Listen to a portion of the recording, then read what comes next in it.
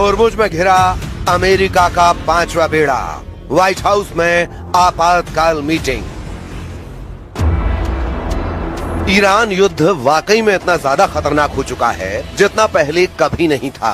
39 दिन में अमेरिका और इजराइल के तूफानी, खूनी और भीषण हमलों से तबाह ईरान को लेकर दुनिया भर के एक्सपर्ट से ही मानकर चल रहे थे कि ईरान ने अमेरिका और इजराइल के सामने घुटने टेकने शुरू कर दिए हैं। 11 और 12 अप्रैल को इस्लामाबाद में हुई अमेरिका और ईरान की शांति वार्ता के बाद जिस तरह से राष्ट्रपति ट्रंप ईरान को दुनिया भर में बेइज्जत करने में जुटे थे, अब उस ईरान ने ऐसा होर्मुज हमला किया है कि पिछले 18 घंटे से ट्रंप की बोलती बंद हो गई है। हालात यह है कि स्ट्रेट ऑफ होर्मुज में ईरान को घेरने के लिए अमेरिका के 5वें बेड़े के जिन 16 युद्धपोतों को लगाया हुआ था वो पूरी तरह से ईरान के टारगेट पर आ चुके हैं। खबर तो यहाँ तक है कि अमेरिका के खुफिया विभाग ने ये दावा किया है कि लगभग 40 दिन के हमलों के बावजूद ईरान के 60% मिसाइल लॉन्चर अभी भी बचे हुए हैं, जिसके दम पर ईरान एक बार फिर से अमेरिका और इजरायली अड्डों पर हमला करने जा रहा है। इधर इजराइल के प्रधानमंत्री नेतन्याहू ने एक ऐसा बयान दिया है जो सुनकर दुनिया हैरान रह गई है। नेतन्याहू ने दावा किया कि अगर हम ईरान पर इस वक्त हमला नहीं करते तो ईरान परमाणु बम बना लेता और इजराइल का वजूद मिटा देता। नेतन्याहू ने यह बताने की कोशिश की है कि ईरान बहुत ही खतरनाक तैयारी कर रहा था, इसीलिए उस पर हमला हुआ है। फिलहाल ईरान ने साफ कहा है कि हम होर्मुज और ईरान के परमाणु मुद्दों को लेकर अमेरिका से तब तक जंग कर सकते हैं जब तक कि हम अपने दुश्मनों को कड़वी हार नहीं दे देते। ईरान का होर्मुज हमला शुरू, घिर गया अमेरिका का 5वां बेड़ा। ताजा रिपोर्ट्स के अनुसार ईरान की रिवॉल्यूशनरी गार्ड यानी IRGC ने होर्मुज को फिर से पूरी तरह कंट्रोल में कर लिया है। ईरान ने धमकी देते हुए कहा कि जब तक अमेरिका ईरानी बंदरगाहों की नौसैनिक नाकेबंदी नहीं हटाता तब तक कोई भी जहाज यहाँ से गुजर नहीं पाएगा। इस वक्त अमेरिकी नौसेना के 5वें बेड़े ने ईरान के खिलाफ समंदर में 3 घेरे बना दिए हैं ताकि ईरान को घुटनों पर लाया जा सके। लेकिन ईरान ने अब ऐसा पलटवार किया है जिसकी कल्पना अमेरिका ने नहीं की थी।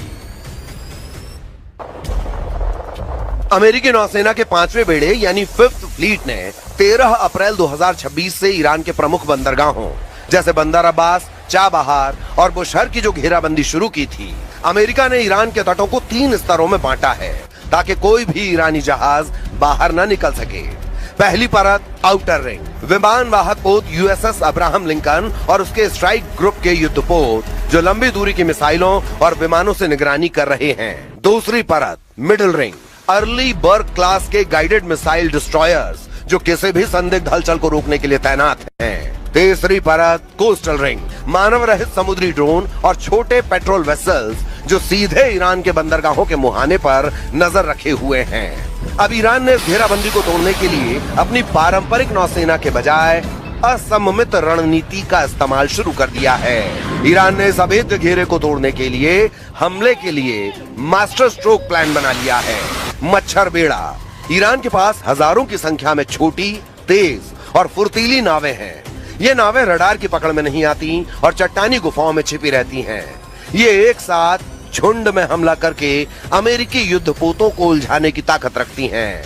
कामिकेज और मरीन ड्रोन्स, ईरान ने शाहिद जैसे आत्मघाती ड्रोन्स और पानी के नीचे चलने वाले मरीन ड्रोन्स का इस्तेमाल शुरू किया है जो सीधे युद्धपोतों के सबसे कमजोर हिस्से जैसे प्रोपेलर या हल से टकराकर उन्हें नुकसान पहुंचा सकते हैं। क्रूज और बैलिस्टिक मिसाइलें, खुफिया रिपोर्टों ISW के मुताबिक ईरान ने हाल ही में अपने मिसाइल साल्वों में क्रूज मिसाइलों की संख्या बढ़ाई है। हज कासम जैसी मिसाइलें जिनकी रेंज 1400 किलोमीटर है, गहरे समुद्र में खड़े अमेरिकी बेड़े को निशाना बना सकती हैं। स्मार्ट माइंस, ईरान ने होर्मुज में ऐसी माइंस बिछाई हैं जो केवल खास तरह के इंजनों की आवाज सुनकर फटती हैं।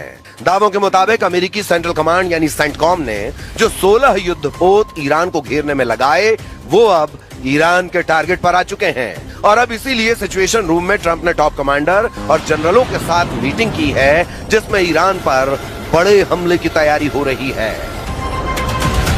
60% मिसाइल लॉन्चर से हमले को तैयार ईरान।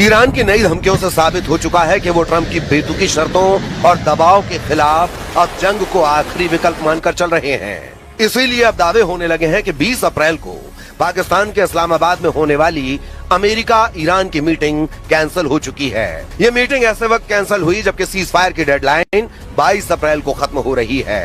अब सवाल उठता है कि ईरान बातचीत के बजाय बारूद से फैसला करने पर उतारू क्यों है। इसके पीछे की सबसे बड़ी वजह यह है कि ईरान के मिसाइल बंकरों और पहाड़ियों पर अभी भी इतने ज्यादा घातक और भारी मात्रा में हथियार मौजूद हैं जो अमेरिका और इजराइल को कड़ी टक्कर दे सकते हैं।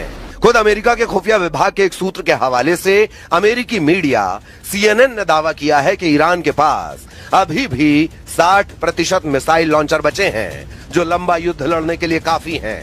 ईरान ने अमेरिका इजराइल के साथ 2 हफ्तों के युद्ध विराम के दौरान युद्ध के अगले फेज की जमकर तैयारी की है। इन 2 हफ्तों के दौरान ईरानी सेना एक बार फिर से अपनी शक्ति को संभाल रही है।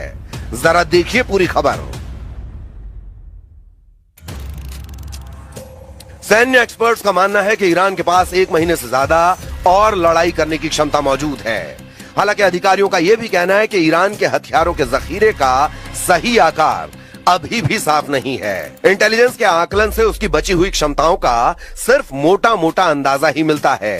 न्यूयॉर्क टाइम्स और CNN की एक रिपोर्ट में अमेरिकी सेना और खुफिया अधिकारियों के अनुमानों के मुताबिक ईरान के पास अभी भी अपने हमलावर ड्रोनों का लगभग 40% और मिसाइल लॉन्चर्स का 60% से ज्यादा जखीरा बचा हुआ है, जिसका इस्तेमाल ईरान हॉर्मुज में अमेरिकी युद्धपोतों के खिलाफ कर सकता है। या फिर अगर युद्ध विराम के बाद फिर से तनाव भड़कता है तो इन हथियारों का इस्तेमाल किया जाएगा। डोनाल्ड ट्रंप की धमकियों के बीच ईरान ने चेतावनी दी है, हम पूरी तरह से तैयार हैं। अगर वे जरा सी भी गलती करते हैं तो हम पूरी ताकत से जवाब देंगे। ईरानी संसद के स्पीकर गालिबाफ ने अमेरिका को खतरनाक अंजाम भुगतने की चेतावनी दी है। अमेरिकी सेना और खुफिया अधिकारियों का अनुमान है कि करीब 40 दिनों तक चले युद्ध के बाद भी ईरान के पास अभी भी अपने जखीरे का लगभग 40% हिस्सा बचा हुआ है और ये ड्रोन एक शक्तिशाली डेटरेंट साबित हो रहे हैं। कुछ अमेरिकी अनुमानों के मुताबिक ईरान उन मिसाइल लॉन्चरों को मलबों से निकाल रहा है जो अमेरिका इजराइल के हमलों में तबाह हो गए थे। उन जगहों की तेजी से खुदाई की जा रही है। जब ये काम हो जाएंगे तो ईरान के मिसाइल लॉन्चरों का जखीरा करीब 70% तक पहुंच जाएगा। यानी युद्ध से पहले ईरान के पास जितने मिसाइल लॉन्चर थे उसका 70% हिस्सा उसके पास 40 दिनों के युद्ध के बाद भी रहेगा। ईरान के पास मिसाइलों की भी काफी क्षमताएं अभी भी मौजूद हैं। संघर्ष विराम के समय उसने लगभग 100 ऐसे सिस्टम बरामद किए जिन्हें गुफाओं और बंकरों में छिपा कर रखा गया था, जिससे उसके चालू लॉन्चरों की संख्या बढ़कर युद्ध पूर्व के स्तर लगभग 60% तक पहुंच गई है। रूस के पूर्व राष्ट्रपति और देश की सुरक्षा परिषद के उपाध्यक्ष दिमित्री मेदवेदेव ने पिछले हफ्ते सोशल मीडिया पर लिखा, ये साफ नहीं है कि वॉशिंगटन और तेहरान के बीच का संघर्ष विराम किस तरह आगे बढ़ेगा, लेकिन एक बात तय है, ईरान ने अपने परमाणु हथियारों का परीक्षण कर लिया है। इसे हॉर्मुज स्ट्रेट कहा जाता है। इसकी क्षमता असीमित है।